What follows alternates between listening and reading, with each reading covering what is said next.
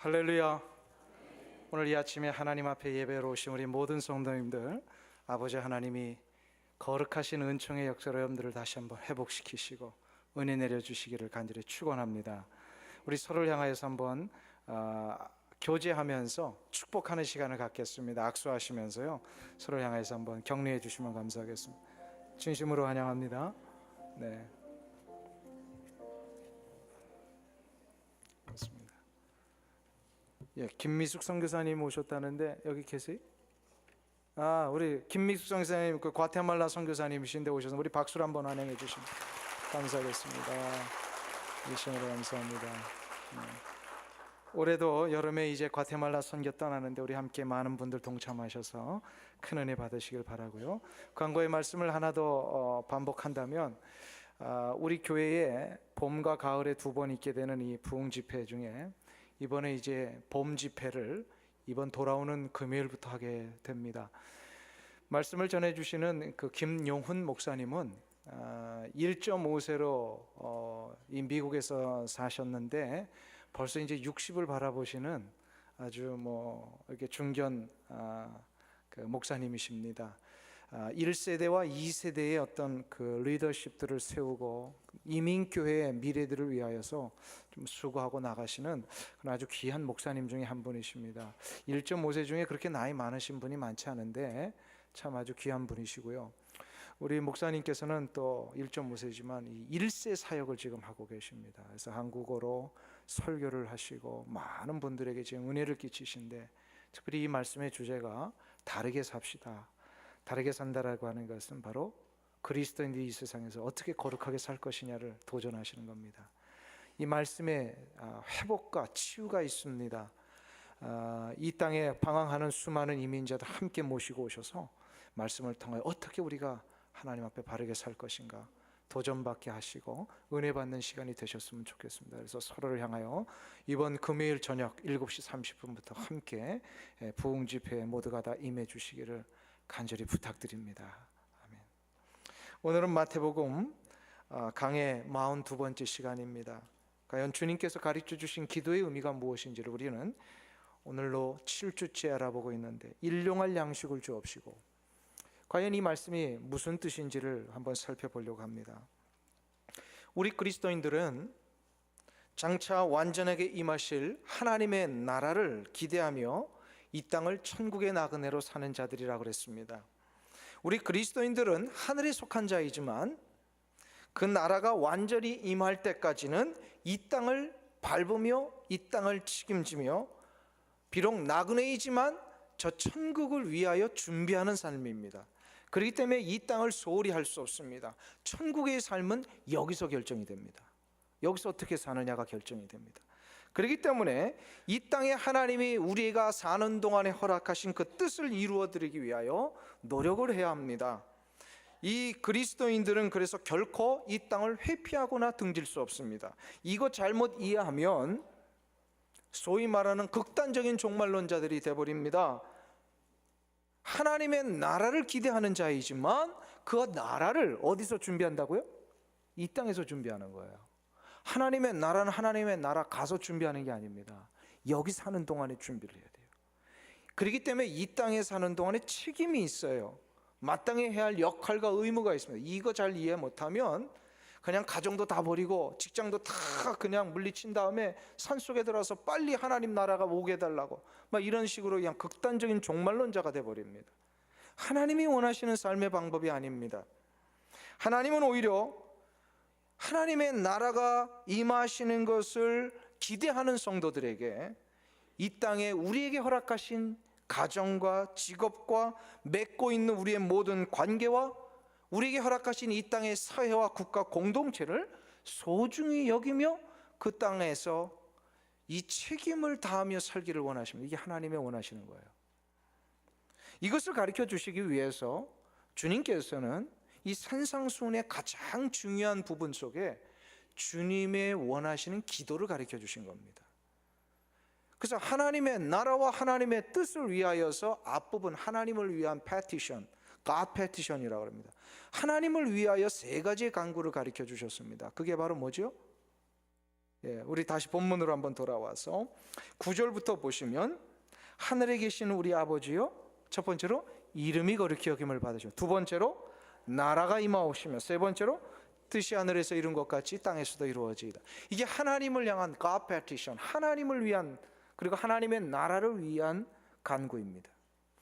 그런데 하나님의 나라를 기대하는 자들은 또한 이 땅에서 준비해야 된다 그랬잖아요.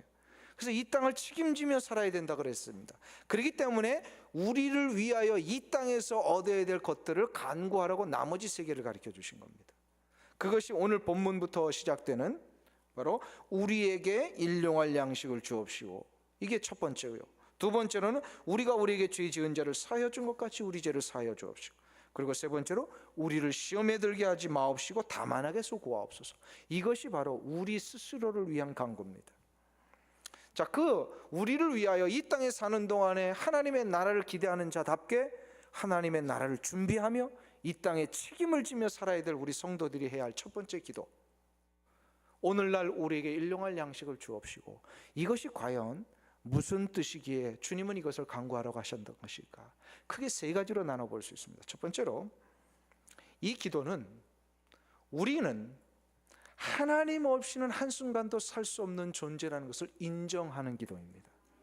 한번 따라하겠습니다. 우리는 하나님 없이 한순간도 살 수 없는 존재이다.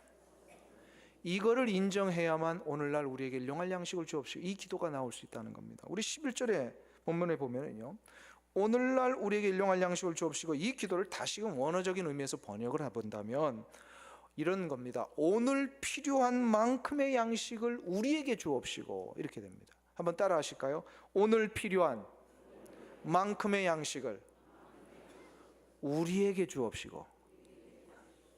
이게 이제 이 11절의 원래적인 의미입니다. 주님께서는 오늘 필요한 양만큼만 구하라, 이렇게 우리에게 요청하십니다. 얼뜻 우리 생각에는, 주님, 내일도 좀 든든하게 먹을 양식, 이번 한 주간만큼은 걱정하지 않고도 먹을 양식, 아니 그냥 내가 리타이어한 이후에도 좀 걱정하지 않고 먹을 수 있는 만큼은 주셔야 되는 거 아닙니까? 우리는 얼뜻 이런 생각을 하며 기도를 할 때가 있다라는 겁니다. 근데 주님은 그렇게 기도하지 말라는 거예요. 오늘 본문에 보면 오늘 필요한 만큼의 양식을 위하여 기도하라. 왜 이렇게 기도하라고 하신 것일까요? 이것을 알기 위해서는요, 신명기 8장을 우리가 알아야 합니다. 신명기 8장 16절에 보면 하나님께서 광야 40년 동안 이스라엘 백성들에게 만나를 주신 이유를 설명해 주고 계십니다. 우리 구약 성경으로 같이 한번 가보겠습니다. 신명기 8장 16절입니다.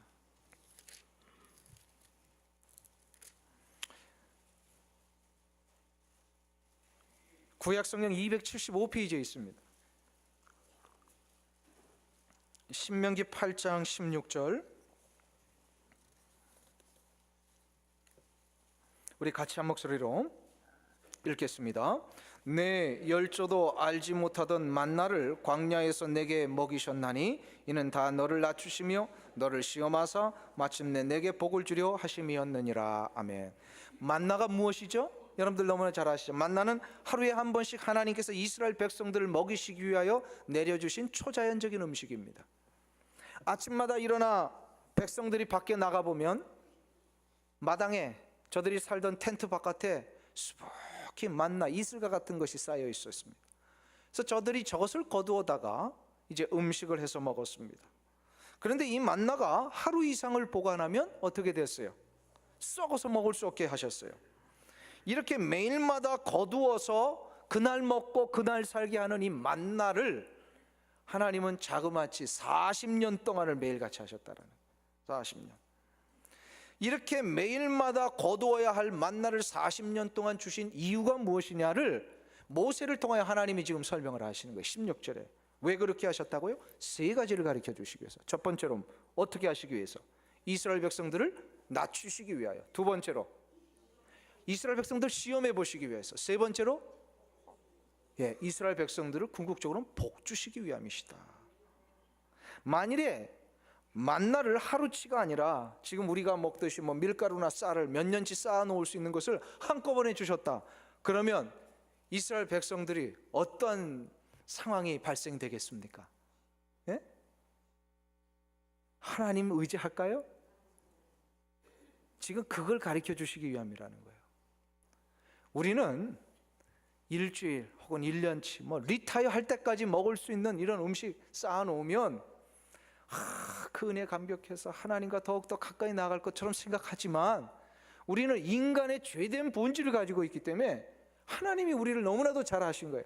그렇게 주면 우리는 분명히 하나님 없이도 살 수 있다라고, 그리고 내가 쌓아놓은 거 나중에 생각해보, 아유 그래도 내가 열심히 쌓아놨구나, 높아지더라는 거예요.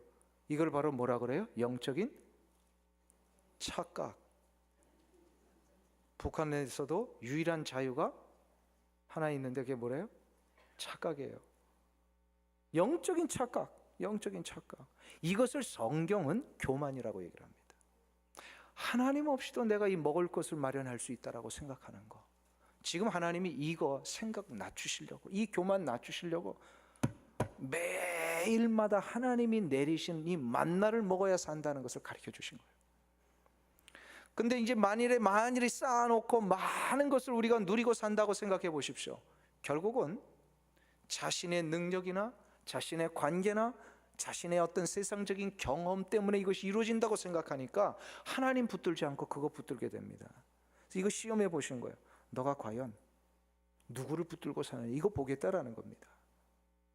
그래서 이 첫 번째 것과 두 번째 것을 통과하고 나니까, 하나님이 만나 40년에 이 시험을 끝내시고 나니까 광야의 삶에서 이제 가나안의 삶으로 바뀝니다.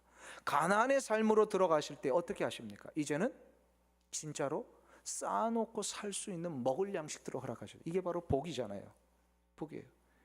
이것을 하나님이 가르쳐 주시기 위하여서 만나를 내리셨다라는 겁니다. 그래서 14절에 보면 신명기 8장 14절에 보면 하나님이 아주 직접적으로 그 이유를 가르쳐 주십니다. 14절 보세요. 두렵건대 내 마음이 교만하여 내 하나님 여호와를 잊어버릴까 봐. 사람은요, 먹을 것과 마실 것이 조금 여유가 있기 시작하면요, 하나님 잊어버립니다. 그렇게도 절박할 때는 하나님 없이는 안 된다고 부르짖으며 하나님 붙들고 하나님 나를 도와주세요, 그러며 살았던 모든 인생들인데, 조금씩 여유가 생기기 시작하면서부터 쌓아놓은 것이 마치 자기의 능력이냐 착각하며 산다는 것. 그래서 하나님이 하나님 잊어버릴까 봐 가르쳐 주시기 위하여 지금 우리 시대에 뭘 하신다고요? 매일마다 먹여주신다는 거예요. 우리는 기도를 그래서 하나님 오늘 필요한 만큼만 우리에게 주옵소서, 이 기도를 할 수 있어야 된다는 거예요. 우리의 기도는 바로 여기서 출발해야 합니다. 이것을 일찍이 깨달았던 성경에 아주 유명한 인물이 하나 있습니다. 솔로몬 시대와 동시대를 살았던 참 영적인 지혜자가 한 사람이 있습니다. 아굴이라는 사람입니다. 잠언 30장에 보면 그 유명한 아굴의 기도가 나옵니다. 한번 우리 살펴보실까요? 솔로몬만큼이나 참다운 지혜를 받아서 인생의 의미가 무엇인지를 깨닫고 살았던 아굴, 그가 잠언 30장에서 자신의 그 삶의 고백과 같은 기도를 하나님 앞에 올립니다. 잠언 30장 8절과 9절입니다.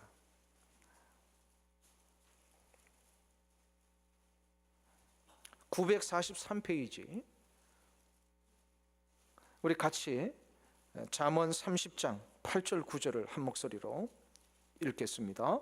곧 허탄과 거짓말을 내게서 멀리 하옵시며 나로 가난하게도 마옵시고 부하게도 마옵시고 오직 필요한 양식으로 내게 먹이시옵소서. 혹 내가 배불러서 하나님을 모른다 여호와가 누구냐 할까 하오며 혹 내가 가난하여 도적질하고 내 하나님의 이름을 욕되게 할까 두려워함이니이다. 아멘.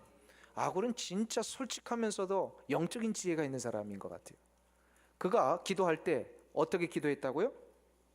나로 하여금 부하게도 마옵시고 가난하게도 마옵시고. 왜 그렇습니까? 그가 오직 필요한 양식을 구했습니다. 일용할 양식을 구했다라는, 그날 필요한 양식을 구했습니다.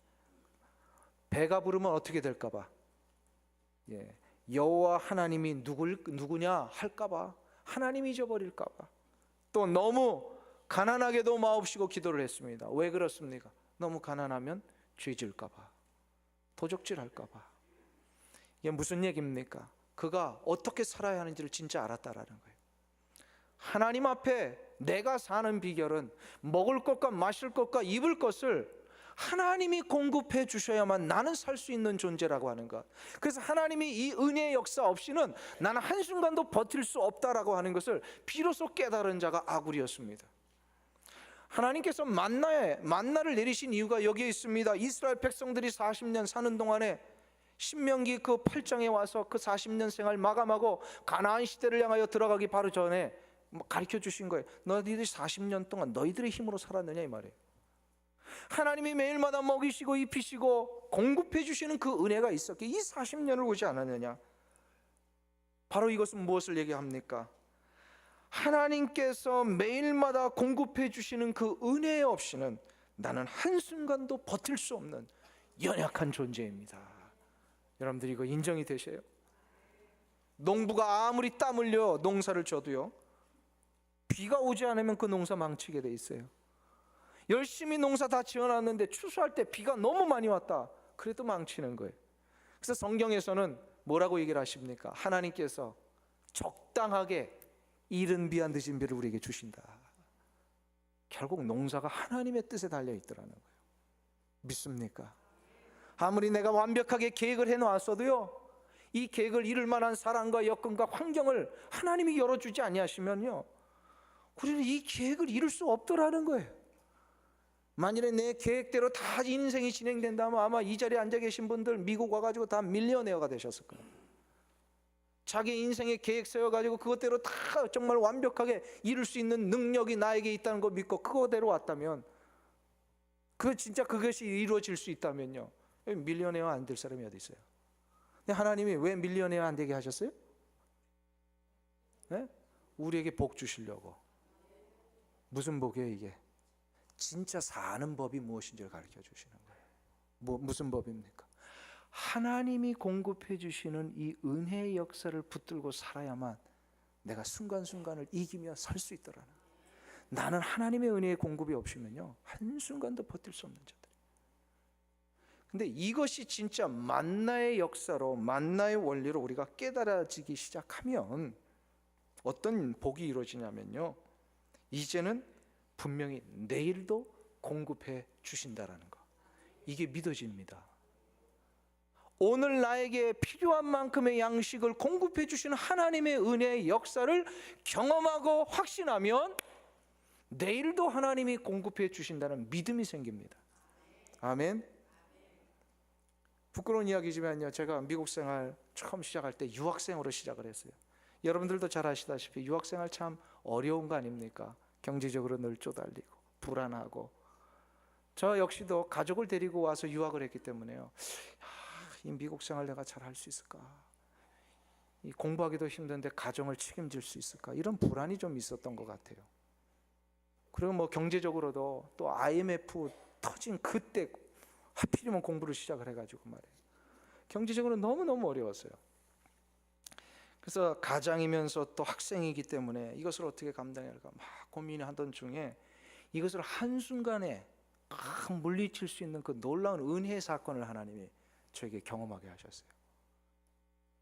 유학생이기 때문에 이렇게 생활 가장 필요한 것만 갖춰놓고 가구도 사지 않고 그렇게 살던 그 며칠 동안에 지인의 도움을 통하여서 텔레비전을 하나 이렇게 얻게 되었는데, 그 텔레비전을 이 카페트에 있는 그 바닥에 놓고 보기를 시작을 했어요.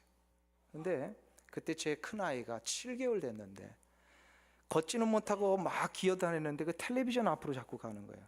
카페트가 이렇게 쿠션이 있으니까요, 이렇게 막 전하면 막 텔레비전이 흔들리더라고요. 그러니까 이 7개월밖에 안 된 애가 그 텔레비전이 그 앞으로 막 넘어지는 이 광경도 막 보면서 큰일 났다, 이 텔레비전 안전하게 세울 수 있는 다이를 하나 사야 되겠다. 근데 막상 보니까 이게 비싼 거예요. 그 다이가 도저히 돈을 쓸 수가 없겠더라고요. 그래서 하나님 앞에 기도했어요. 하나님, 우리 안전하게 텔레비전 올려놓을 수 있는 다이 하나만 주세요. 왜 그때 그런 기도가 나왔는지 저도 잘 모르겠어요. 그 기도를 했는데요, 진짜로 며칠 만에 아파트 현관문 1층을 나가는데 다이가 하나 있는 거예요. 거기에 쪽지가 있어요. Free. 뭐 다른 언급도 아니에요. 그냥 free. 다 이렇게 그냥 써놨어요. 그걸 가져다 놓고 텔레비전을 보는데 더 잘 보이는 거예요, 텔레비전이.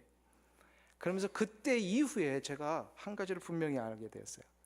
아, 내일 어떻게 공부를 끝내고 내가 미국 생활을 어떻게 마무리할 것인가, 이거에 대한 염려 때문에 막 고민하는 제 하나님이 이 문제를 완전히 해결해 주시는 사인을 주셨구나.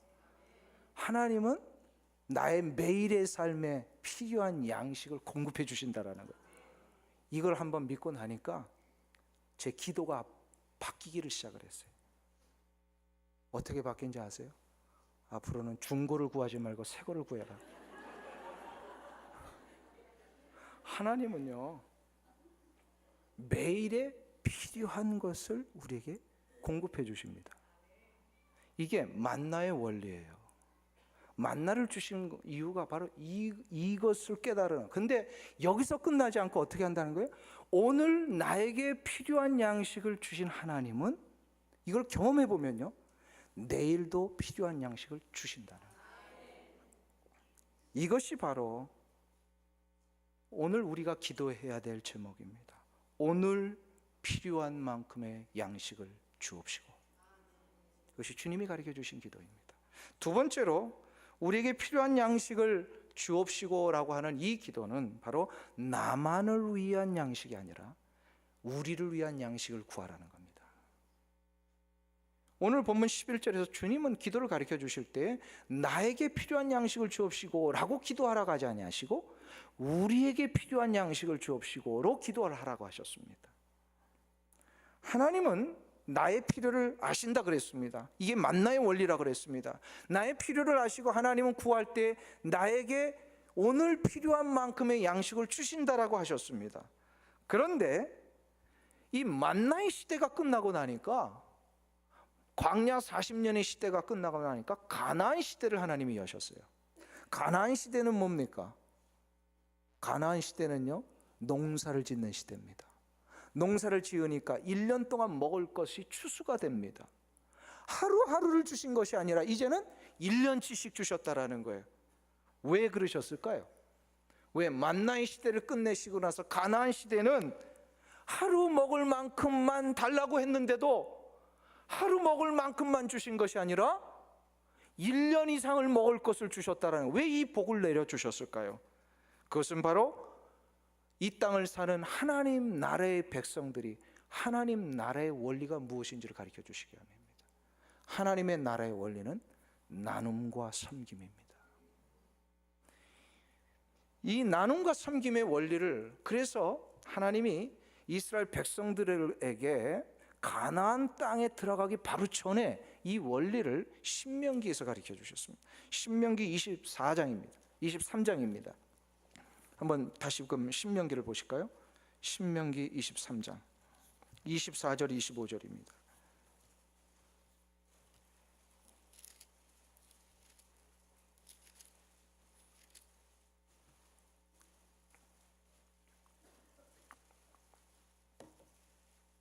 신명기 23장 24절과 25절 297페이지에 있습니다. 같이 한 목소리를 읽겠습니다. 내 이웃의 포도원에 들어갈 때에 마음대로 그 포도를 배불리 먹어도 가하니라. 그러나 그릇에 담지 말 것이요 내 이웃의 곡식밭에 들어갈 때에 내가 손으로 이석을 따도 가하니라. 그러나 내 이웃의 곡식밭에 낫을 대지 말지니라. 아멘. 하나님께서 이스라엘 백성들에게 이제 가나안 땅에 들어가 살게 되면 너희들은 이웃의 포도원에 포도를 먹는 이 일에 대하여서, 이웃의 포도원에서 포도 먹는 일에 대해서요 마음껏 하라라고 가르쳐 주셨습니다. 왜 그러셨을까요? 왜 내 것도 아닌데 남의 포도원에 들어가서 마음껏 먹을 수 있다라고 얘기를 하셨을까요? 그것은 바로 그 땅의 소산이 다 하나님이 주신 것이다라는 것을 가르쳐 주시기 위함입니다. 만나 시대를 끝내고 이제는 땅에서 나는 음식을 먹을 때마다 그건 역시도 아까도 얘기했듯이 하나님이 이른 비와 늦은 비를 주시고 하나님이 그 곡식을 열매 맺게 해야만, 그 과일들을 열매 맺게 해야만 먹을 수 있는 것임을 가르쳐 주신 거예요. 그래서 하나님께서 그 땅에 솟아나는 모든 곡식과 열매일지라도 그것을 자신의 소유권을 주장하지 못하게 하셨어요. 내가 포도원 경작해도 이 포도원의 소유권이 내 게 아니라 누구 거라는 거예요? 하나님의 거라는 거예요. 이걸 가르쳐 주시기 위해서 남들이 내 포도원에 들어와서 먹을 때 막지 말라는 거예요. 마음껏 먹게 하라는 거예요. 단 조건이 있습니다. 남들이 내 포도원에서 먹을 때에 바구니 들고 오게 하지는 말라는 거예요. 무슨 얘기입니까? 왜 바구니 들고 오지 말게 하셨어요? 그릇 들고 오지 마라. 싸가지 말라는 거예요. 이 싸가는 게 문제입니다. 왜 싸갑니까, 여러분들? 이 점심 맛있게 여기서 먹고요, 그냥 가시면 되는데 free of charge. 오늘은 그 이불도 안 받는 날이다. 그러면 막 싸가는 분이 있다며요. 나는 한 번도 못 봤어요. 누군지 모릅니다. 왜 그렇습니까? 오늘 주님이 이걸 뭘 가르쳐 주시냐면 내게 필요한 오늘의 먹을 것을 그 누구든지 간에 공급하라는 얘기입니다. 그러나 이것을 마음껏 먹을 수 있다고 해서 욕심을 내서 며칠씩 몇 날씩 쌓아놓고 먹는 이 욕심을 부리지 말라는 거예요. 그래서 오늘 마음대로 먹을 수는 있어도 낯을 대서 베어가지 말라고 하신 거예요. 내가 먹을 만큼만 소유하고 나머지는 다른 이들을 위하여 사용하라는 뜻입니다. 이것이 이스라엘 공동체가 하나님 나라의 백성으로 사는 원리였습니다. 그렇기 때문에 지금 이스라엘 백성들은 아직도 법적으로 땅을 영원히 소유하지 못하게 하잖아요. 이 율법에 근거해서 영원한 소유권이 없습니다. 이게 바로 신연의 원리입니다. 이 섬김과 나눔이 바로 신약에 와서는 초대교회 성도들에게 그대로 이어졌습니다. 예수 그리스도께서 하늘로 승천하신 다음에 성령 강림 사건을 통하여 모두가 다 하나님의 그 하나됨의 역사를 받은 다음에 저들이 진짜 하나님의 백성이 무엇인지를 깨닫고 나서 했던 저들의 첫 번째 실천이 뭡니까? 저들이 서로 먹을 것을 통용하고 자기의 재산을 팔아서 가난한 자와 없는 자들을 위하여 구제하며 나눠주기를 시작을 했습니다. 그래서 사도행전 4장 32절에 보면 이런 표현이 나옵니다. 믿는 무리가 다 한 마음과 한 뜻이 되어 모든 물건을 서로 통용하고 제 물건을 조금이라도 자기 것이라 하는 이가 하나도 없었더라. 할렐루야. 하나님의 나라의 원리는 뭐라고요? 그렇기 때문에 오늘 필요한 만큼의 양식을 먹고 하나님이 이 만나의 원리 때문에 풍성하게 우리에게 부어주셔서 가나안의 원리처럼 우리가 정말로 너무나도 많은 것을 쌓아놓고 있다면 이것은 왜 주신 거라고요? 바로 섬김과 나눔을 실천하라고 주신 겁니다. 믿습니까? 아멘. 별로 아멘을 안 하시네. 그래도 1년치는 마련해 놔야 안심하지 않습니까? 미국 사람들은 그런다며요. 6개월치는 뱅크럽시 돼도 자기가 잡을 잃어도 6개월치는 이렇게 먹을 수 있는 걸 마련해야만 그게 미국에 이렇게 지혜롭게 사는 것이다. 뭐 이런 얘기를 합니다. 하나님은 그렇게 얘기하지 않으십니다. 먹고 마시고 입는 문제를 누가 책임지시느냐 이 말입니다. 이것이 우리가 흔들리지 않아야 합니다. 그러니까 오늘 먹을 만큼을 만족하고 남는 것을 우리가 나눌 수 있다면 하나님은 공급하십니다. 아멘. 아멘. 이 원리를 우리는 붙들어야 돼요. 하나님이 오늘 우리에게 필요한 양식을 주셨는데 이 양식 이상으로 또 가난의 축복으로 넘치게 하셨다면 이것은 나를 위한 양식이 아닙니다. 다른 일을 위한 양식입니다. 지금 우리 주위에는요, 너무나도 굶주리고 헐벗은 자들이 많이 있습니다. 저들이 예수를 믿건 안 믿건 간에 저 소외되고 가난한 자들 역시도 하나님의 형상대로 지음받은 존귀한 자들입니다. 그렇기 때문에 저들을 위해서 우리는 우리의 양식을 나누며 섬겨야 할 의무가 있습니다. 여기서 중요한 거 한 가지가 있어요. 내가 다 먹고 남는 음식으로 나누며 섬기는 게 아니라 정말로 내가 먹기도 아까운 것을 나누며 섬길 때 그게 진짜 나눔입니다. 그게 진짜 섬김입니다. 이스라엘 백성들이 가나안에 살 때에 하나님께서 저들로 하여금 신신당부하신 게 있어요. 이방인과 나그네 대접하기를 힘쓰라. 이방인은 이스라엘 백성들 아니었어요. 하나님 모르는 사람들이었어요. 어디서 와서 어디로 가는지도 출신과 성분도 모르는 나그네들이었습니다. 그런 나그네들, 이방인들을 어떻게 하라는 거예요? 하나님이 주신 축복의 소산을 가지고 나눠주라는 거예요. 베풀라는 게. 예수 믿는 사람들끼리 서로 좀 도우며 사는 것은 우리는 쉽게 할 수 있을 겁니다. 그러나 예수 믿지 않는 가난하고 소외된 자들을 돕는 것은 그렇게 쉬운 것은 아닙니다. 내가 왜 저들을 도와야 돼? 내가 저들과 무슨 상관이 있기에 저들에게 다가가야 돼? 라고 하는 의문부터 시작해서 수많은 이유들이 우리의 삶 가운데 일어납니다. 이럴 때마다 우리는 다시금 성경의 원리로 가야 합니다. 하나님은 이스라엘 백성들이 이방인과 나그네를 섬기라고 하셨습니다. 이방인과 나그네. 이 시대에 우리 교회 공동체 안에 혹은 이 바깥에 얼마나 많은 이방인과 나그네들이 있습니까? 북한 선교 해보신 분들은 아시겠지만 북한 선교가 참 어렵습니다. 또 북한에 대한 어떤 안 좋은 기억과 상처가 있으신 분들은 북한 돕는 거 굉장히 이렇게 힘들어 하시는 분들도 있습니다. 저 역시도 마찬가지입니다. 저희 선친께서는요, 이북에 모든 걸 다 두고 내려오신 분이세요. 그리고 6.25 전쟁 때 북한 공산군과 싸우셨던 분이에요. 그러니까 맨날 얘기하시는 게 저놈의 공산당들 이렇게 막 미워하시는 그 감정들이 막 배어 계셨댔어요.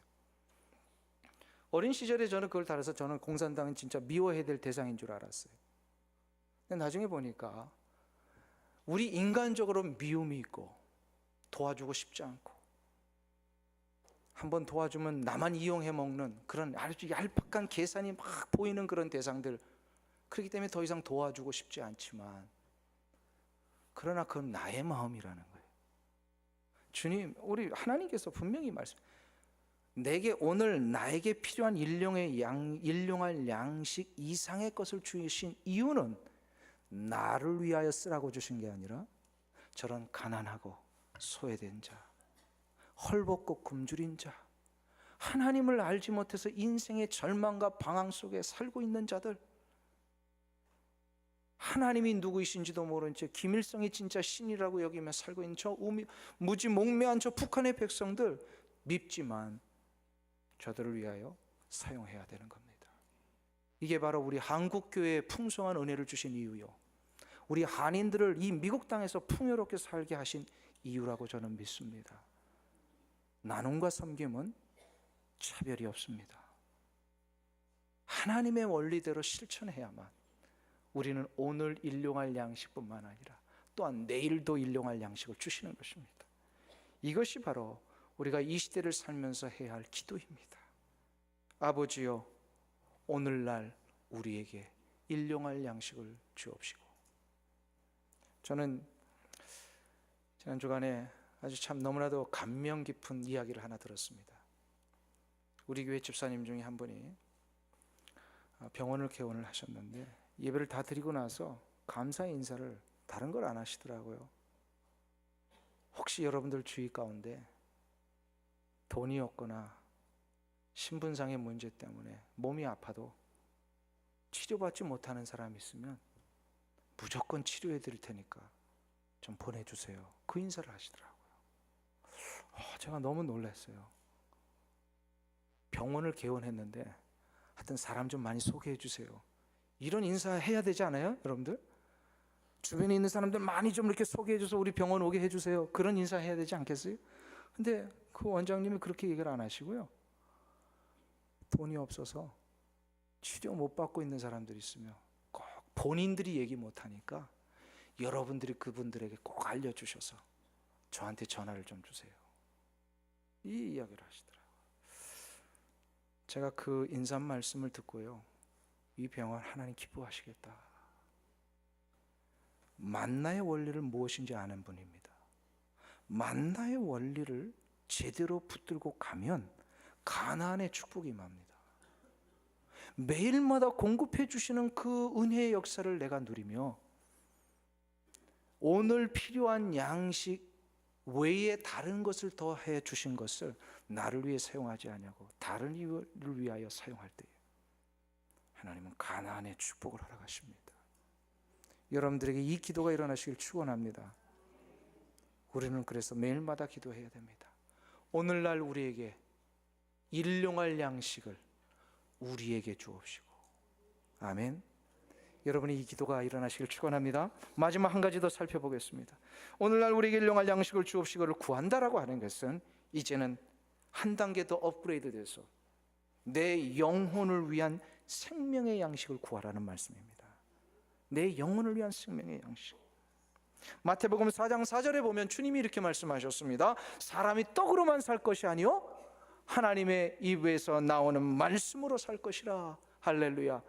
이 말씀은요, 신명기 8장을 인용하신 말씀이에요. 신명기 8장은 아까도 말씀드렸죠, 만나 이야기를 하신 장입니다. 만나를 공급해 주신 이유가 뭐냐면 하나님이 먹을 것과 마실 것을 입을 것을 책임지신다라는 그 의미와 함께 결국은 너희들이 사는 것은 하나님의 생명의 말씀으로 산다는 것을 가르쳐 주시기 위함입니다. 사람은 양식을 먹지 않으면 제대로 활동할 수도 없고 목표와 계획을 제대로 수행할 수도 없습니다. 양식을 먹지 않으면 올바른 생각을 할 수 없을 뿐더러 끝내는 생명까지 잃게 됩니다. 그래서 먹는 것은 생존을 위해서 가장 필요한 겁니다. 그래서 이 생존을 위하여 먹을 것을 구하는 것은 너무나도 당연하고 마땅한 바입니다. 그런데 조심해야 될 게 있습니다. 아무거나 먹는다고 우리가 육체에 도움이 되는 것이 아니라는 겁니다. 그렇죠? 우리의 도움이 되는 음식을 먹어야 됩니다. 영혼의 원리도 마찬가지입니다. 우리는 우리의 영혼을 위하여서, 영혼을 살찌기 위해서 이 영혼의 양식을 섭취해야 되는데 그 영혼을 위해서 아무것이나 먹으면 안 된다는 겁니다. 이 시대에 눈을 들어 조금만 보십시오. 우리의 영혼에 도움이 된다라고 막 이렇게 감미로운 거짓말로 다가오는 일들이 얼마나 많은지 모릅니다. 지난주에도 말씀드렸듯이 명상하고 요가 수련하고 단 수련해서 뭐 이런 것을 통하여 우리의 영혼이 좀 살찐다라고 이렇게 달콤하게 우리에게 유혹을 하지만 저는 분명히 이야기할 수 있습니다. 그것은 영혼의 불량식품입니다. 아무거나 먹는다고 영혼이 살찌고 생명을 얻는 게 아닙니다. 영혼의 양식은 오직 한 가지밖에 없습니다. 바로 말씀입니다. 그래서 주님이 말씀하셨습니다. 썩는 양식을 위하여 일하지 말고 영생하도록 있는 양식을 위하여 하라. 우리가 이 자연세계에서 보는 이 벌의 일상의 삶을 여러분들 잘 아십니다. 벌에는 두 종류가 있대죠. 일벌과 여왕벌입니다. 이 일벌과 여왕벌이 어디서 차이가 나는지 아십니까? 먹는 거에서 차이가 납니다. 똑같이 이 벌집에서 태어나서 새끼 곤충들이 살다가 똑같이 그 벌집 안에 있는 로얄 젤리를 먹습니다. 근데 일벌은 그것을 한 4일 정도 먹다가 그 다음부터는 로얄 젤리를 먹지 않고 다른 먹이를 섭취하기 시작한답니다. 근데 반면에 여왕벌은 부화하여서 새끼 때부터 먹는 이 로얄 젤리를 평생토록 먹는다고 합니다. 그러니까 여왕벌이요 점점 더 일벌보다 크고 수명도 오래가고, 일벌은 7일 만에 생명이 다한대죠. 근데 여왕벌은 곤충학자들에 의하면 7년까지 생명이 연장된답니다. 이런 차이가 어디서 나왔습니까? 먹는 거에서 나왔습니다. 무엇을 먹느냐가 중요합니다. 곤충의 세계를 통하여 우리의 영혼의 문제를 다시 한번 점검해 볼 수 있습니다. 하나님은 우리를 하나님 나라의 백성 삼으셨습니다. 우리는 하나님의 나라의 시민자들입니다. 우리는 하나님의 백성입니다. 그리고 그 나라 안에 있는 모든 백성들에게 영혼의 양식을 먹도록 만들어 주셨습니다. 그것이 바로 말씀입니다. 이 양식은 모두에게 허락되었는데 누구나 다 받아 먹기만 하면 되는데, 이 말씀의 양식을 계속 먹고 자라는 자는 하나님의 생명력과 풍요로움의 역사를 누리게 되어 있습니다. 그런데 이 말씀을 먹지 못하면, 다른 거 자꾸 먹으면 어떻게 됩니까? 처음에는 좀 괜찮은 것 같은데 결국 이 풍성함과 생명의 역사를 누리지 못합니다. 그렇기 때문에 하나님의 말씀은 우리의 영혼을 살리는 유일한 양식입니다. 우리 인생의 길을 결정하는 능력이 바로 말씀에 있습니다. 날마다 이 양식을 먹기 위하여 우리는 나아가야 되며, 이 공급해 주시는 하나님 앞에 내가 하나님의 영혼의 양식 말씀을 먹게 하옵소서, 우리는 이 기도를 할 줄 알아야 합니다. 우리 독립운동을 하셨던 안중근 의사, 제가 일부 예배 때는 안창호 선생님을 했더니 아니라며요. 안중근 의사라고 그러더라고요. 안중근 의사가 그 유명한 얘기를 했답니다. 단 하루라도 책을 읽지 아니하면 내 입에 가시가 돋는 듯하여 내가 견딜 수 없다라는 그 고백을, 유명한 고백을 하지 않습니까? 세상의 책을 읽지 않아도 이렇게 답답해하는 그런 참된 사람들이 있는데, 하물며 생명의 자녀로 하나님의 나라의 백성으로 살고 있는 우리 성도들이 단 하루라도 말씀을 먹지 않았을 때에 이런 답답함이 과연 있느냐 이 말입니다. 오늘 하루를 시작하면서 하나님이 내게 부어주시는 이 말씀의 양식을 먹지 않아도 전혀 거리낌이 없고 전혀 배고픔이 없고 영혼의 갈증이 일어나지 않는다면 내 영혼은 지금 문제가 있는 거예요. 암 환자들은 먹지 않아도 배고픔을 못 느낍니다. 병들었기 때문입니다. 내가 아무리 말씀을 먹지 않아도 전혀 여기에 대해서 안타까움이 없으면 지금 영혼이 병든 거예요. 심각한 거예요. 그러기에 우리는 다시금 내 문제를 점검해야 합니다. 내가 오늘 말씀을 먹지 않을 때에 나의 영혼이 답답하여 견딜 수 없는 이 은혜의 역사를 하나님 나에게 주옵소서. 이것이 바로 오늘날 우리에게 일용할 양식을 주옵시고 이 기도를 하는 자입니다. 사랑하는 성도님 여러분, 이번 주간이 벌써 사순절 셋째 주간입니다. 이 사순절 주간에 왜 우리는 절제하며 음식을 금하며 금식하며 기도에 힘써야 되는 겁니까? 너무 우리는 육적인 것에 익숙해져서 육의 음식을 먹는 거에 집중한 나머지 그동안 마땅히 먹어야 할 영혼의 음식을 못 먹었다면 이제는 다시금 내 육적인 양식을 조금 절제하는 한이 있더라도 영혼의 양식을 먹는 것이 바로 사순절의 진정한 의미입니다. 그래서 말씀에 깊이 침잠하여 하나님이 내 영혼을 치우시는 이 생명의 양식을 먹을 때마 내 영혼 속에 부어주시는 생명의 역사와 놀라운 풍성한 은혜를 분명히 경험하시게 될 겁니다. 이 사순절 말씀으로 채우셔서 하나님 앞에 날마다 오늘 필요한 말씀의 양식을 내게 주옵소서. 기도하며 나가시는 우리 성도님들 되시기를 간절히 축원합니다. 기도하겠습니다. 하나님 아버지, 만나의 시대뿐만 아니라 가나안의 시대를 동시에 살고 있는 우리 사랑하는 모든 성도들에게 먹을 것과 마실 것과 입을 것이 하나님으로부터 오는 것임을 깨닫게 해 주옵소서. 이를 위하여 우리는 날마다 기도하기를 원합니다. 오늘날 우리에게 일용할 양식을 주옵소서. 그리하여 육의 양식뿐만 아니라 내 영혼을 새롭게 하시는 영의 양식을 날마다 공급받는 복된 성도들 되게 하여 주시옵소서. 예수님의 이름으로 기도하옵나이다. 아멘.